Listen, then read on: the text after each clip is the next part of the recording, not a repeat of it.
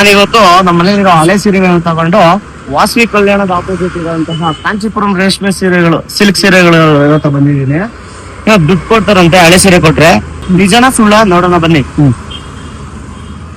ಅಣ್ಣ, ಹಳೆ ಸೀರೆಗಳಿಗೆ ದುಡ್ಡು ಕೊಡ್ತಾರೆ ಅಂತ ಗೊತ್ತಾಯ್ತು. ನಮ್ಮ ಮನೇಲಿ ಹಳೆ ಸೀರೆಗಳಿದ್ವಣ್ಣ, ಇದಕ್ಕೆ ಎಷ್ಟು ದುಡ್ಡು ಬರುತ್ತೆ ನೋಡಿ. ಚೆಕ್ ಮಾಡಿದ ಇದು ಪ್ಯೂರ್ ಜರಿ ಸರ್.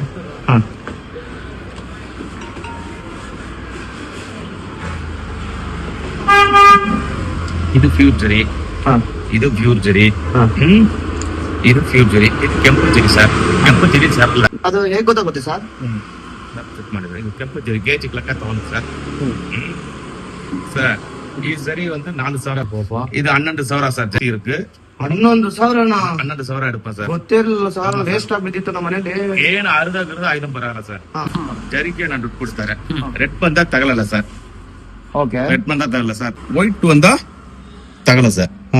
ವೈಟ್ ಜರಿ ತಗೊಳ್ಳೋ, ರೆಡ್ ಬಂದ ತಗೊಳಲ್ಲ ಸರ್. ವೈಟ್ ಜರಿಗೆ ಪ್ಯೂರ್ ಜರಿಗೆ ನಮ್ಗೆ ದುಡ್ಡು ಕೊಡ್ತಾರೆ. ಏನು ಅರ್ಧಗಿರ್ದು ಅದನ್ನೆಲ್ಲ ಮೈಸೂರು ಸಿಲ್ಕ್, ಧರ್ಮಾಪುರಂ, ಕಾಂಜೀಪುರಂ, ಬನಾರಸ್, ಪಂಚ, ಲಂಕಾ, ಬ್ಲೌಸ್ ಯಾವಕ್ಕೂ ವೈಟ್ ಜರಿಗೆ ಪ್ಯೂರ್ ಜರಿಗೆ ನಮ್ಗೆ ದುಡ್ಡು ಕೊಡ್ತಾರೆ. ಕೆಂಪುಗೆ ದುಡ್ಡು ಕೊಡ್ತಾರ. ಕೆಂಪು ಗೇಜ್ ಲೆಕ್ಕ 200 ಸರ್. 19,000 ಸರ್. ಮೊತ್ತ ಟೋಟಲ್ ಮೊತ್ತ 19,000 ಸರ್. ಸುಮ್ನೆ ವೇಸ್ಟ್ ಆಗಿ ಬಿದ್ದಿರೋಂತ ಸ್ಯಾರಿಗಳು ತಗೊಂಬಂದು 19,000 ಬಂತು ನೋಡಿ. ನಿಮ್ ಮನೇಲಿ ಇರುವಂತ ಹಳೆ ಸೀರೆಗಳನ್ನ ತಗೊಂಬರ್ರಿ. ಇದೇ ನಮ್ ದೊಡ್ಡಬಳ್ಳಾಪುರದಲ್ಲಿ ಇದೆ. ತಗೊಂಬಂದ್ ಕೊಟ್ಬಿಟ್ಟು ಒಳ್ಳೆ ಕಾಸು ಸಂಪಾದನೆ ಮಾಡಿದೆ. ಸಿಲ್ವರ್ ಜರಿ ಬಂದ್ರೆ ಒಳ್ಳೆ ಪ್ರೈಸ್, ರೆಡ್ ಜರಿ ಬಂದ್ರೆ 200 ರೂಪಾಯಿ ಕೆಜಿ ಹಂಗ ಹಾಕೊಂತಾರೆ. ನಿಮ್ ಮನೇಲಿ ಇರುವಂತಹ ಹಳೆ ರೇಷ್ಮೆ ಸೀರೆಗಳನ್ನ ತನ್ನಿ, ಒಳ್ಳೆ ದುಡ್ಡು ತಗೊಂಡೋಗಿ. ತಿಂಗಳು 31ನೇ ತಾರೀಕುವರೆಗೂ ಇಲ್ಲೇ ಇರ್ತಾರೆ ಇವರು.